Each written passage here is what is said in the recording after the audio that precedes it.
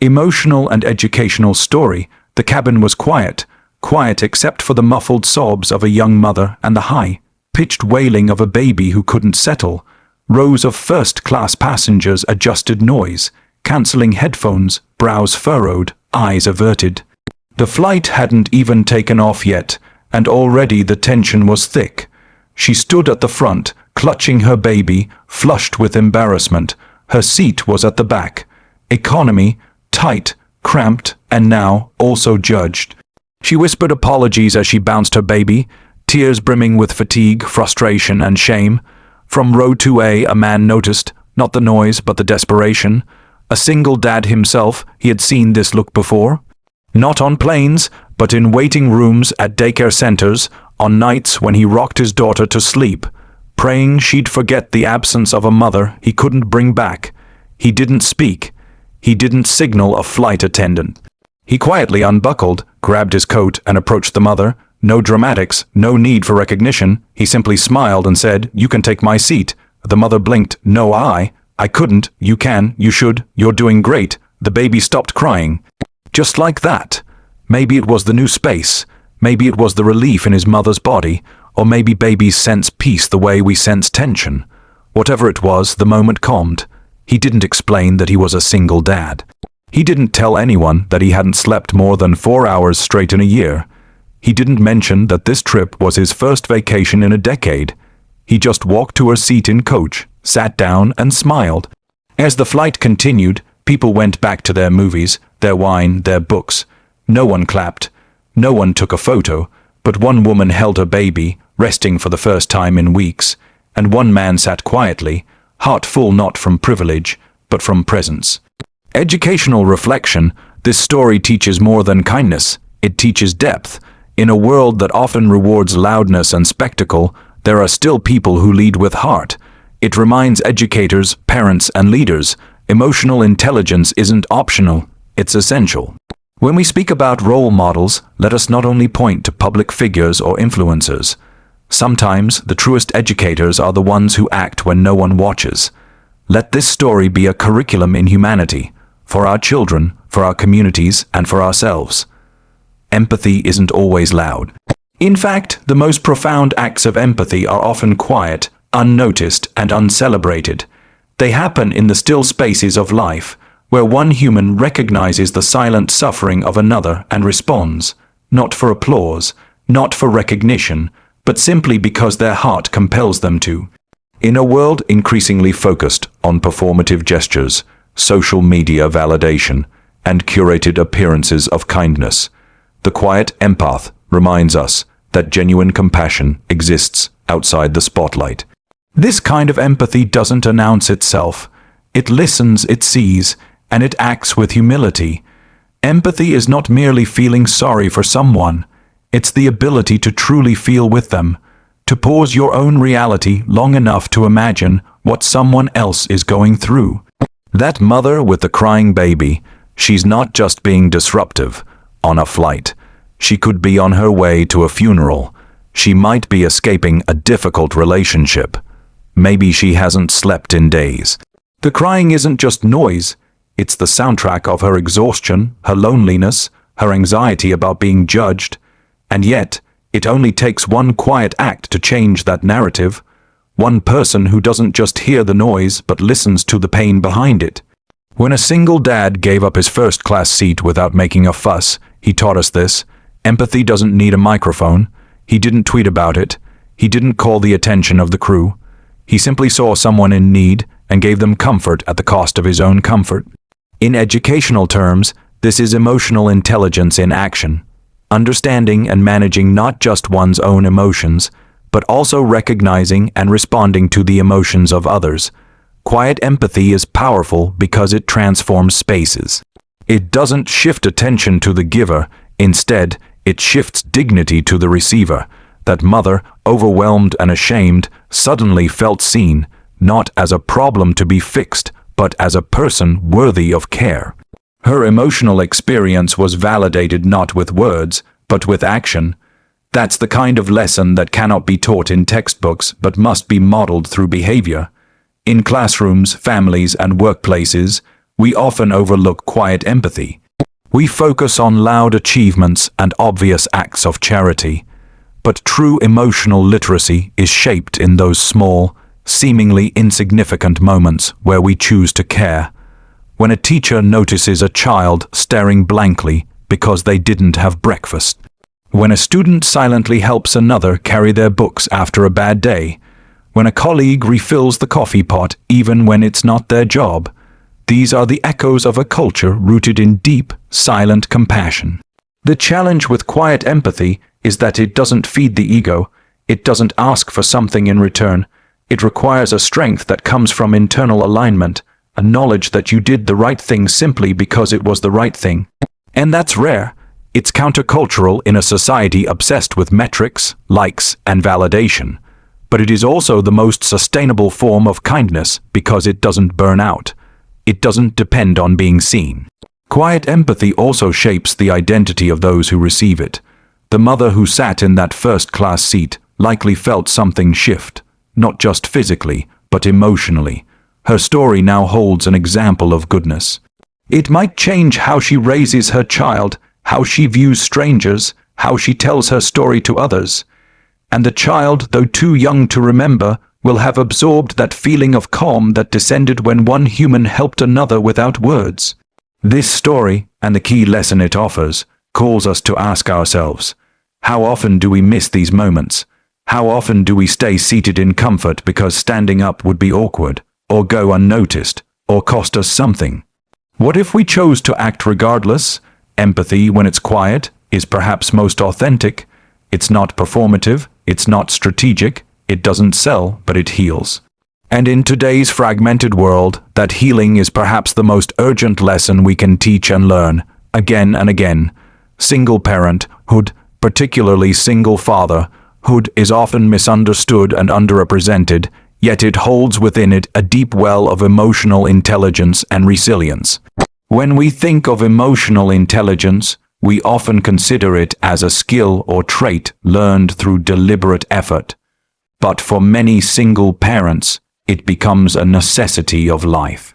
Being both the emotional and practical anchor for a child means developing heightened awareness, sensitivity, and adaptability. It is through the lens of single parenthood that we begin to understand how lived experience can cultivate a profound ability to empathize and act selflessly in everyday situations. A single father often walks a path filled with contradiction. Society may admire him from a distance, but still question his ability to nurture, to comfort, to mother, in the ways we're conditioned to expect from women. Yet, in the silence of his everyday routine, packing lunches, brushing hair, managing school meetings, drying tears, he becomes attuned to emotional nuance. He learns to read unspoken words, to detect a shift in his child's voice, to manage his own stress without passing it on. These are not just acts of duty, they are the building blocks of emotional intelligence. This intelligence doesn't stay confined to his home. It radiates outward in public spaces, in moments just like the one on the plane when he saw a mother struggling with a crying baby and recognized not just the disruption, but the deep emotional weight behind it. He knew what that kind of fatigue felt like. He knew how it erodes your confidence and makes you feel like a burden. And he also knew the healing power of support offered without judgment. So when he stood up and gave his first-class seat to that mother, it wasn't about chivalry. It was an instinct born of his own lived vulnerability. Being a single parent sharpens emotional literacy because there's often no one else to fall back on. There's no partner to divide the emotional labor. Every tantrum, every bedtime story, every scraped knee or school project, it all lands on one set of shoulders. Over time, this repetitive engagement with another human's emotional world builds a quiet strength and a deep capacity to understand suffering in others. It's not theoretical, it's lived. In educational settings, we often talk about soft skills like empathy, patience, and communication, but we don't always teach where they come from. For a single dad, these aren't soft, they are survival tools. He has to manage his own emotions while guiding a child through theirs. He has to model calm when chaos surrounds him. He has to teach love and boundaries, compassion and accountability, all while bearing the weight of dual roles. This naturally fosters a kind of emotional dexterity that can easily be applied to other social interactions. When that father saw the crying mother, he didn't see an inconvenience. He saw a mirror, a fellow parent drowning in a moment that he too had known. His response wasn't planned or performed. It was instinctual because his life had taught him how much just one act of kindness can matter when you're at your limit. The takeaway here isn't just about the nobility of the gesture. It's about how deeply personal experiences, especially those forged in adversity, can evolve into a refined ability to read emotional cues and respond with compassion. Single parents, through the demands placed upon them, become attuned to emotions in a way that textbooks cannot teach. This story becomes an example of how emotional intelligence, born from the crucible of single parenthood, can ripple outward to impact strangers, and it reminds us to look beyond stereotypes. A single dad is not broken, not missing a piece, but rather strengthened by the weight he carries. He is often the quiet observer, the unnoticed helper, the person who sees what others miss. And when the opportunity comes to act from that emotional clarity, he does so without hesitation, not because he's a hero, but because he's human. And in that humanity lies the most powerful form of intelligence there is. Social stereotypes are powerful and often invisible forces that shape how we perceive people before they even speak or act. One of the most deeply ingrained stereotypes is that of the emotionally detached father or the absent single dad. Society tends to place emotional caregiving in the realm of mothers, casting fathers, especially single fathers, as either heroic anomalies or emotionally incapable of nurturing. But when a single dad gives up his first-class seat for a crying mother and her baby without saying a word, he disrupts that stereotype completely. His quiet act of empathy confronts our assumptions and reveals the problem with labeling people based on outdated ideas rather than their lived humanity. We are conditioned to expect that a crying baby will be soothed by a mother, that the challenges of parenting rest squarely on a woman's shoulders, and that men, especially single men, are not emotionally equipped to care for young children, let alone other parents. But the truth is, nurture is not gendered. Compassion, patience, selflessness, these are not biologically assigned qualities. They are learned, practiced, and often sharpened by life experiences, including the unique challenges of single parenthood. When we witness a single father recognizing the silent struggle of a stranger and acting to relieve a burden, it challenges the assumption that only women possess maternal sensitivity. It also reminds us that men can deeply understand and feel the weight of emotional labor. This particular father saw a crying baby and a distressed mother, and rather than becoming annoyed or indifferent, as the stereotype might predict, he acted with quiet understanding. That moment speaks volumes, not only about his character, but about the depth of emotion and awareness that men are often not credited for. Educationally, this calls for a re-examination of how we portray gender roles in both formal and informal learning environments.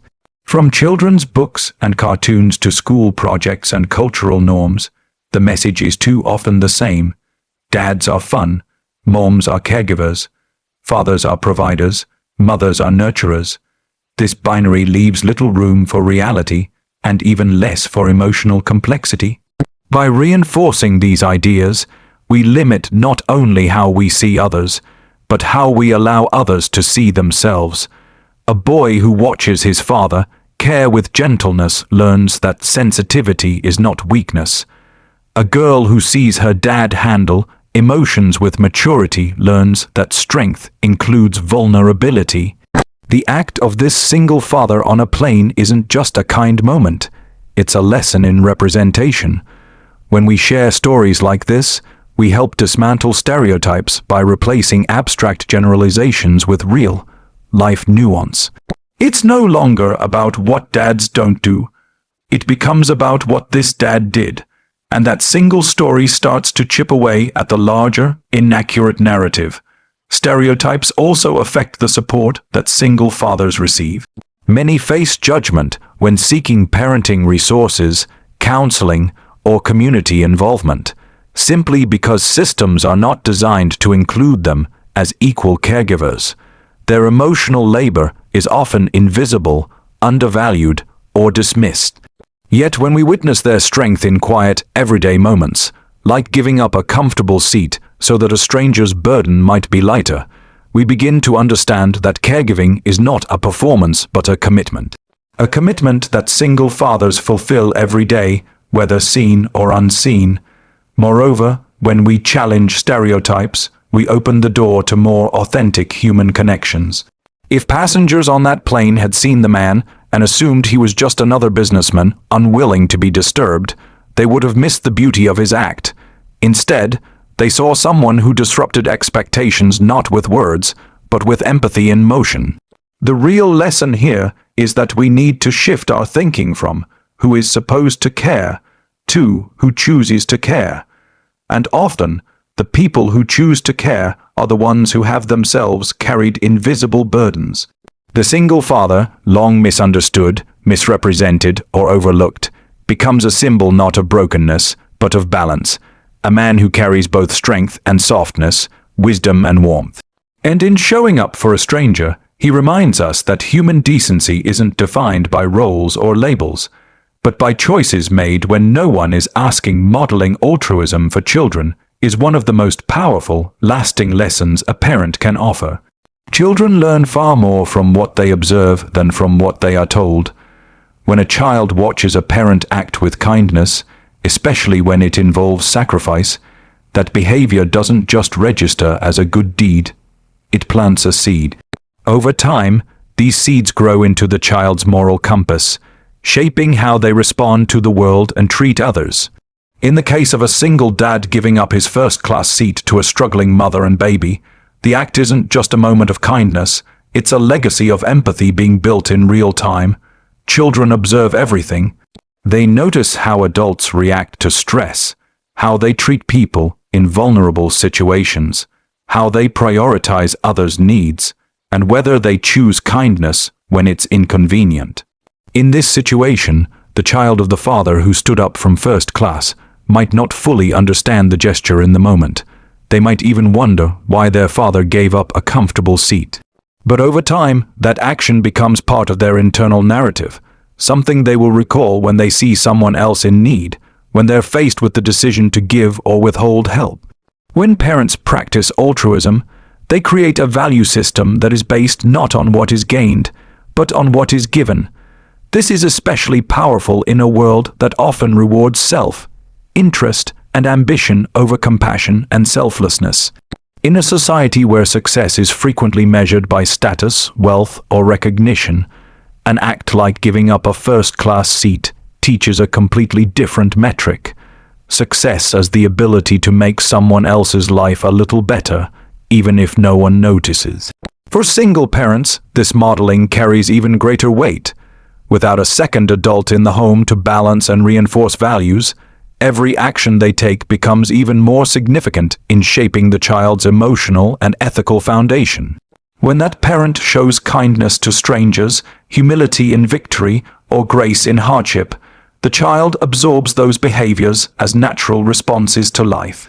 It's not about making a speech or explaining every decision. It's about consistently choosing to be the kind of person you hope your child becomes. In this story, the father's choice to help the mother and baby wasn't done for show. There was no announcement, no audience. He didn't explain his reasoning or seek approval. But what he did accomplish was more profound than words. He demonstrated that kindness is not limited to big moments or grand gestures. It is in the quiet willingness to trade your comfort for someone else's peace. And when a child sees that behavior, they are far more likely to carry it forward, not as a lesson memorized, but as a way of being. This kind of modeling also teaches children that compassion does not discriminate. The father helped a stranger, not someone he knew, not someone who could pay him back. It teaches that humanity transcends personal benefit. It helps children recognize that the world is interconnected and that we all share a responsibility to look out for one another. This idea is central to building emotionally intelligent, socially responsible individuals. Additionally, when parents act selflessly in front of their children, it strengthens the parent-child bond. The child sees their parent not just as an authority figure, but as a role model of courage and heart. They understand that strength can coexist with softness, and that doing what is right often means giving up something for yourself. It helps them internalize the belief that love is not just a feeling, it is something we do, especially when it's hard. In the long run, these moments of modeled altruism become the most enduring gifts a parent can give. They are not material, but moral. They shape not just how a child treats others, but how they view themselves and their role in the world. A child raised with such examples may grow into an adult who steps up when others turn away, who gives without expecting, and who understands that sometimes the most powerful thing you can do is offer your seat, not because you have to, but because someone else needs it more. And that is the kind of human the world desperately needs. Emotional intelligence over entitlement is one of the most critical lessons a person can learn, and it often emerges most powerfully in moments of choice, when someone has the option to act with privilege or with empathy. In our modern culture, entitlement often goes unnoticed because it's cloaked in convenience and normalized by social systems. People with access to luxury, comfort, or status can easily become conditioned to expect those benefits without question. First-class seating on an airplane is one such example. It represents more than just space and service. It symbolizes a societal hierarchy, a sense of earned or purchased importance. So, when someone willingly gives up that status for the sake of another, especially someone in distress, it reveals something profound. Emotional intelligence has trumped entitlement. Emotional intelligence involves the ability to understand and manage one's own emotions, while also recognizing and responding to the emotions of others. It requires self-awareness, empathy, and the ability to take perspective. In the story of the single dad giving up his seat, we see this intelligence in full expression. He wasn't obligated to move, no one demanded it. In fact, everything around him, the seat, the silence, the expectations of first class, said he had every right to stay. But he didn't, because emotional intelligence allows people to step outside of their entitlement and ask a deeper question. What does someone else need right now more than I need to be comfortable? This shift in thinking is essential in raising not only emotionally mature individuals, but also a society that values connection over convenience. Entitlement is often rooted in scarcity thinking, the belief that if I give something up, I lose something of myself. Emotional intelligence, on the other hand, comes from abundance. It recognizes that true worth isn't in what we keep, but in what we are willing to give. The man in this story did not become less by giving up his seat. In fact, he became more human, more compassionate, more connected to those around him. We see emotional entitlement every day in people refusing to let someone ahead in line, in drivers reacting with anger instead of patience, in the way we treat service workers, or in how we respond to children in public spaces. But we also have moments to interrupt that pattern. The father on that flight chose to disrupt it by making a different choice. He didn't see the crying baby as a disturbance. He saw a moment of human need.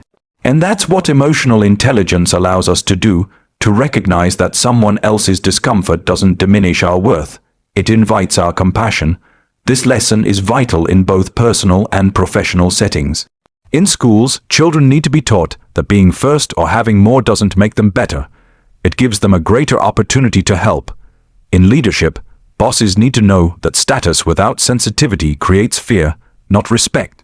And in families, parents must show that the real measure of maturity is not in demanding one's rights, but in being willing to sacrifice them for someone else's well-being. The act of giving up a first-class seat may seem small, but symbolically it carries enormous weight. It says, I see you, and your pain matters more than my privilege. It's a refusal to be governed by the rules of entitlement and a choice to be led by empathy instead. And the beauty of emotional intelligence is that it multiplies. One act can ripple outward, changing how others on that flight felt, how they acted, and perhaps even how they view their own roles in the world. Ultimately, emotional intelligence is not just a personal skill, it is a social force. When people prioritize it over entitlement, communities become kinder, systems become fairer, and human connection deepens. In a world where people are often taught to chase more comfort, more recognition, more control, it's emotionally intelligent individuals who remind us that sometimes the greatest value comes in giving something up. That's where true strength lies, not in holding on to privilege, but in letting it go to lift someone else. In a world saturated with social media, instant news, and curated personal branding, the line between genuine kindness and performative virtue has grown increasingly thin. Acts of generosity, once quiet gestures of human connection, are now often framed for likes, shares, and validation. But real integrity does not need an audience. The difference between performative goodness and authentic character is rooted in intention, in quiet sacrifice, and in the consistency of one's actions when no one is watching. When a single father gave up his first-class seat for a struggling mother and her crying baby, without a camera in sight or a post to share, he embodied this difference. His decision was not about visibility, it was about values. The distinction here is critical to understand, especially in educational terms. Character education is not about teaching children to act good in public, but to be good in private. It is about internalizing a moral compass that guides behavior regardless of whether there is applause. In a world where children are increasingly exposed to good deeds that go viral, they must also learn the value of doing the right thing even when no one will ever know. That's what integrity is, doing what's right simply because it's right. The father in this story did not seek recognition. He didn't ask the flight attendants to make an announcement, didn't document his sacrifice, didn't tell others to follow his example. His action was rooted in empathy, not ego. And that is what makes it powerful. In a time when public gestures often come with private motives, his quiet decision cuts through the noise. It's a reminder that the most meaningful acts of humanity are not the ones that trend, but the ones that transform people, moments, and perspectives. Integrity is built through small, consistent actions. It's shaped by how we treat others in line at the store, how we speak about people who aren't present, how we respond when someone is struggling and no one else is stepping in. It's not glamorous, and it often goes unnoticed. But over time, these quiet choices form a foundation of character that is strong, trustworthy, and deeply human. This kind of character doesn't need a stage because its impact is felt, not seen. Furthermore, integrity is especially important in parenting and leadership. Children, students, and young professionals are watching the adults around them not for what they say, but for what they do. When a parent sacrifices comfort without complaint, they model selflessness. When a leader admits mistakes without shifting blame, they model accountability. These are not performative moments, they are formative ones. They shape values and expectations more deeply than any lecture or reward system ever could. The beauty of this father's action lies in its simplicity. There was no drama, no announcement, just a quiet recognition that someone else needed what he had more. That's the essence of real character. It doesn't ask, will this make me look good? It asks, what does love look like in this moment? And love, in its truest form, is rarely flashy. It's the open hand, the offered seat, the understanding glance. It is presence without performance. In educational environments, this lesson should be woven into every subject. How we treat our classmates, how we engage in group projects, how we talk about others. True integrity shows up in how we show up. Not just for ourselves, but for each other. And just like in the story of the father on the plane, it often means stepping down so someone else can rise. Not because we are less valuable, but because we understand that value isn't lost when shared. So, as we raise the next generation, let us celebrate not just the visible acts of kindness, but the invisible ones. Let us encourage not just doing good, but being good. Let us teach that character is not measured by views or comments, but by what we do when no one is watching. Because those are the moments that define us, not on a screen, but in the hearts of others, where the echoes of true integrity live on.